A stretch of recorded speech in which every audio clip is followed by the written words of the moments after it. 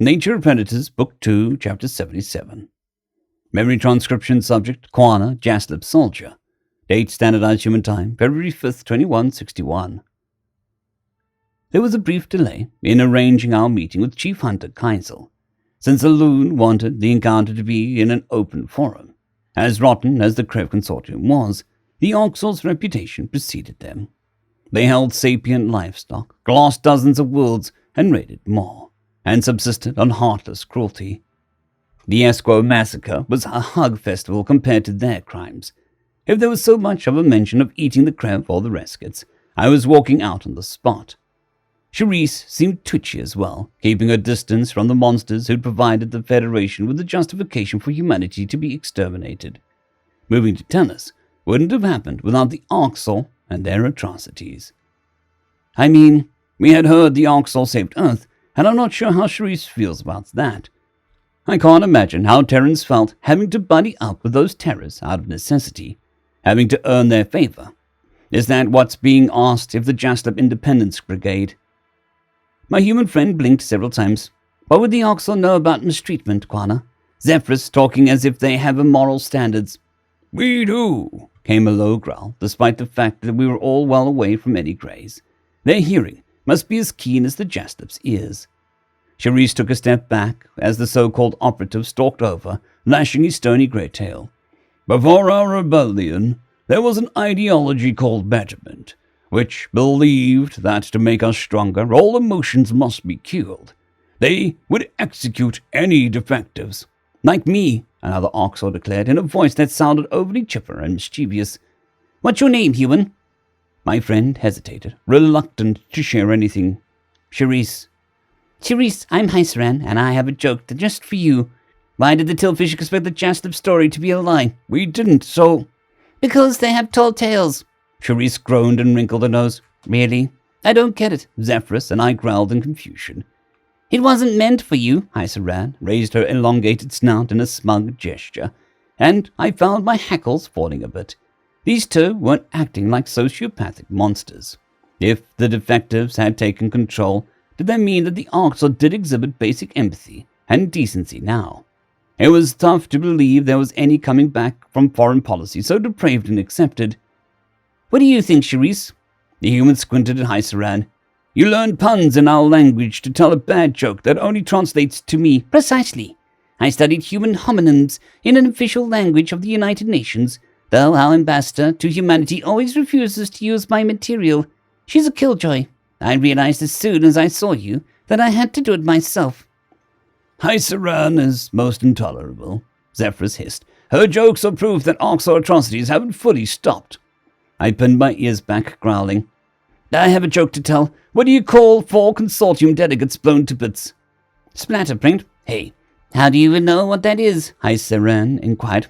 Wouldn't that be unserious, meaningless drivel that you despise? It's simple, easy, not over-the-top sensory nonsense. Just relaxing. You have to show off your artwork, Zeffy. Absolutely not, if it's not social activity. I'll badge you later. Now I doubt the Jaslip thought of splatterpaint as her answer. Tell us, what do you call 4 consortium delegates blown to bits? A good start, I spat. Charisse gave a troubled frown.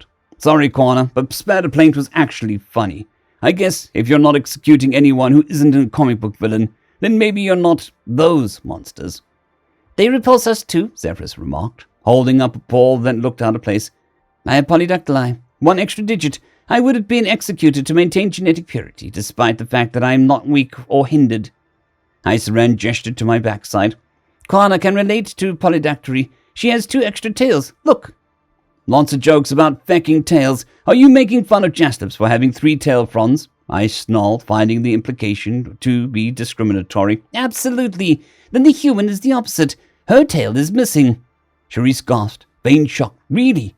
Who took it? Maybe Zephyrus ate it. No, Zephyrus, how could you? That's enough of this. I'm getting Keisel and we are starting the meeting now, Zephyrus snapped, lashing his tail and storming off. Heiseran looked at Charisse, sealing one eye shut as if trying to imitate a wink. You could say that he's having a hissy fit. The human snickered at some meaning I didn't understand. You're crazy. I like it. I found myself a bit jealous at how well my best friend seemed to be hitting it off with his cannibal jester. The two of us had sold our souls enough without intertwining tales with a species whose past was as dark as night. The bombing that had torn us up would have been a snowflake in a blizzard to them. Whether the Orcs were engineered toward cruel dispositions or not, everything they'd done that had been permissible and outright encouraged wasn't erased from the ledger. Iceran and Zephyrus weren't people I'd want watching my back, and Charisse couldn't think so lowly of me to be substituting monsters in my stead. Ulan hasn't shown any reservations, though, so at least the human has voiced some apprehension, I suppose. It'll be curious to see what Kaisel is like. As the leader of the People Eaters, maybe we should ask what his feelings are on eating the Krev.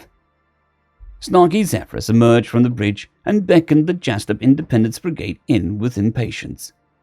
Charisse stuck close to Iceran, all but forgetting me as I hustled after them, trying not to get separated. The primate was much too eager to move on to this new, brighter carnivore in the room. We're all tennis colonists, thus willing to throw their lots in with the Greys after hearing that the cannibals were behind Earth's survival. I recalled what it was like, standing in the town square as the humans broke into open celebration. Jaslips would have reacted the same if someone could swish their tail and respawn Esquire. It must have been the colonists' whiplash to go from believing that they were the last of their kind to learning the United Nations ruled a bubble that stretched 1,000 light years. The spectators had to crowd into a bridge, with many tailing out into the hall.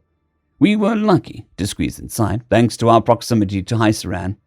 A slender Arxor was standing by the viewport, and from the way his chest was puffed out, perhaps Kaisel wanted us to exonerate him from his past misdeeds, or to swear undying fealty to his leadership.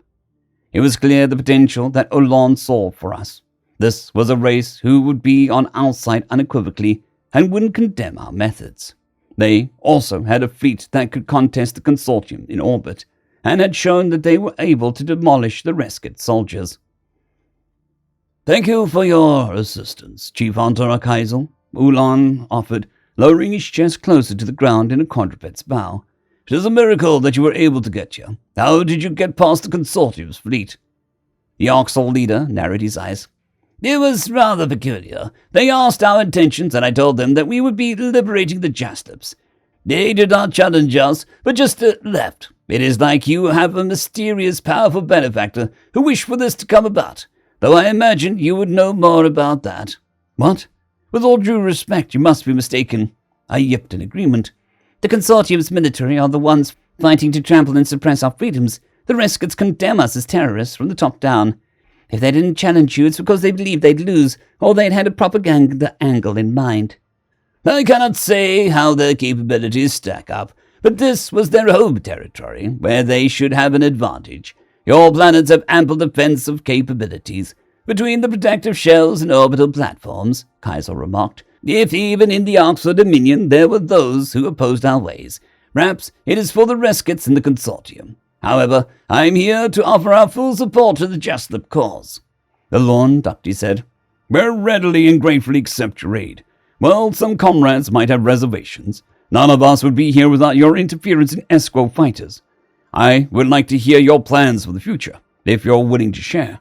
It might put the Jaslip's mind at ease." "No, we are not going to eat people. We haven't done that for 2 decades, and I'm exhausted with the prejudice after all we've done to reform. The Federation are the ones who haven't reformed, and nobody lays such unyielding focus to condemning them. All I meant is that we are unfamiliar with you, and that our movement's feeling is that transparency breeds trust. Aliens, those who claim to be our friends, have not been kind to Jaslips." Nice save, Loon. He was awfully good at spinning words that people want to hear. "We were hoping that you were willing to be open and forthright. All the things the consortium are not. We'd like to work together on how our movement will progress." Kaisel relaxed. "Working together and bringing you into our budding carnivore alliance is what we want. Omnal, the Smiggly homeworld, is the heart of your uprising, even if our enclaves are also acting out. The Smigglies didn't want the Reskets to put you down, so it might be possible to win their support, if only in remaining firm, not allowing any more foreigners to act without their consent. Our top priority, in my opinion, should be to unite all of the enclaves. We must synchronize our plans." "Splitting us up into various enclaves was another thing the consortium did to weaken us. I can offer full-throated support for making the Jasler people one again. How are no others indignant with the Krev after hiding and taking drastic measures for a non-existent threat? They'll let the Sivkits move back to their homeworld, but not us. Charisse gasped in horror. What? We're giving the Sivkits back tennis? I thought we wanted to stay. Alon's eyes gleamed. You haven't heard? It's circulating on the KC News that humanity and the Sivkits reached an agreement, under the UN's wide supervision. The Tanish are staying in your city. It seems humans will have an enclave of your own. There's only one way being a minority species on someone else's planet ends, and you can look at us to see what Tinzas will become. So a Federation-minded species is going to move back en masse and join the Consortium's war against us, the Carnivores. Humanity is just submitting to their rule, I yelled. I doubt the Sivkits will wage war against you. They committed to our Carnivore Alliance and have been living on a world of carnivores called bisons for months. All they wished for was help retaking Tinzas, Kaiser remarked. I think they could be a potential ally, since they partner with us. The Grand Herd might relate to wanting to reclaim your homeworld in history. Their story has many commonalities to the Jaslib tale. I guess that's true. The Federation conquered and relocated them, destroying their homeworld in the process. The Sivkits were subdued and made a laughingstock. If they're on our side, we welcome their help. Herbivores, omnivores, and carnivores should stand united against tyranny. Alon cast a glance at Charisse, flicking an ear in acknowledgement. We welcome all kindred spirits. Hyceran snickered, leaning close to whisper into the human's ear. I strained to overhear it. Oh, you're special. He singled you out. When's the wedding? Charisse gave the comedian Oxel look like a kill. You have no idea what I've done for this movement. It deserves acknowledgement, even if some Jaslibs don't give it. Some Jaslibs did those shitty things right alongside you, believing that we were in this together, I began. If there is going to be chatter during our conversations, I will not permit these hearings to be open at all, Kaisel hissed, while Zephyrus gave Hyceren a smug look. Halun, is there anything else you would like to ask me? The Jaslib Independence Brigade leader cleared his throat. Yes. Speaking of potential allies, we thought the United Nations might support our mission. The humans did take steps to restore our species after they saw Esquo, so perhaps they would, do more. Could you relay a message to them requesting aid? The Oxor leader laughed. Support from the United Nations. You can count on them not taking any actions that might offend their precious herbivore allies. They never side with us. They didn't, even when the Federation attacked us and unraveled their defense of Alpha. I wouldn't count on them lifting a pretty little finger, except for the one it seems that you have with you. Clearly, I stand out here, Charisse grumbled. It doesn't hurt to ask, Chief Hunter or Kaisel. They must at least empathize with our plight, and we perhaps do not carry the political baggage I imagine other carnivores might, Halun offered. Kaisel snorted. We're going to be at war with the Krev Consortium, and the United Nations wants nothing more than to lock in a peace treaty with them, another precious accord to maintain at all costs, forsaking all other commitments. Nonetheless, I will relay that the Jaslibs wish for aid. Perhaps the Tanish, remembering what it is to be oppressed by the Krev, will get them off their asses. They do care when a problem directly affects humans. This affects everyone's safety and liberty in this region. Use those words, Chief Hunter, if you wish to convey the spirit of our request, and thank you for helping. We are unable to get to Tandis ourselves, and using their communication channels will give up our location. Of course, I'm sure I'll return with flowery message about why the Leaf Lickers can't be bothered to help, given that they won't address the abuses within their own sapient coalition. I will let you know. I will also craft plans to assert control in each planet's enclave. We should likely start with Ulchard and Trumbolg enclaves, since the natives will offer the least resistance there. Our brethren will appreciate your heroic aid. I'll let you get to it, and will be happy to coordinate plans. We'll discuss our next moves internally as well. May the Carnivore Alliance defeat any who oppose us. There were some cheers of agreement from the gathered Jaslips, though many were uncertain about the hasty partnership, even if it was our lifeline. I glowered at Hyceren and kept my muzzle clamped shut. I wasn't going to cheer for cannibals calling the shots for our war effort. I could still hear Kaiser's lack of confidence in the United Nations as well, which led me to think the humans might be the same as all the indifferent consortium species. The support of Orion's predominant power, the vanquishers of the Federation, would be a game-changer for our movement. They were the ones who could truly contest the KC. I hope for the sake of our long-term success that Chief Hunter was wrong about the Terran's intentions. End of chapter. I'd greatly like to thank our Tier 5 channel members, Casper Arnholtz, John Creighton, Manatharia, 050, Dragzoon WRE, and Elijah Silvercross. Thank you very much.